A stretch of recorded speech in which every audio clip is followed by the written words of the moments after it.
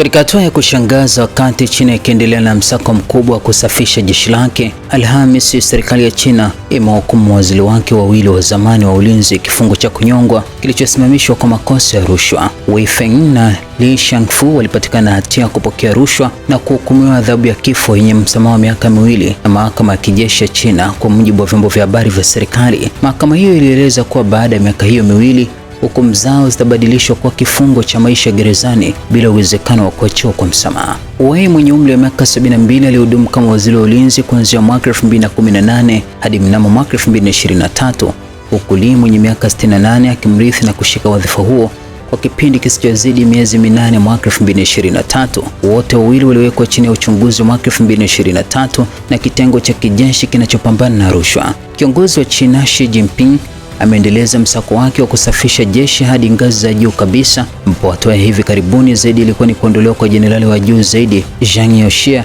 mwezi Januari, ambapo Zhang alikuwa na cheo cha juu kuliko Wei na Li na aliwahi kusimamia shughuli za kila siku za jeshi. Mageuzi haya ya Xi Jinping yamegusa sehemu kubwa ya jeshi la ukombozi wa wananchi wa China PLA lenye wanajeshi zaidi ya milioni 2, huku zaidi ya maafisa 100 wakidaiwa kuondolewa tangu mwaka 2022. Kwa mujibu wa ripoti iliyochapishwa Februari na Center for Strategic na International Studies yenye makao makuu yake Washington DC, majenerali na maafisa waandamizi 36 wameondolewa rasmi tangu mwaka 2022, huku maafisa wengine 65 wakitajwa kuwa wamepotea au huenda wakaondolewa pia.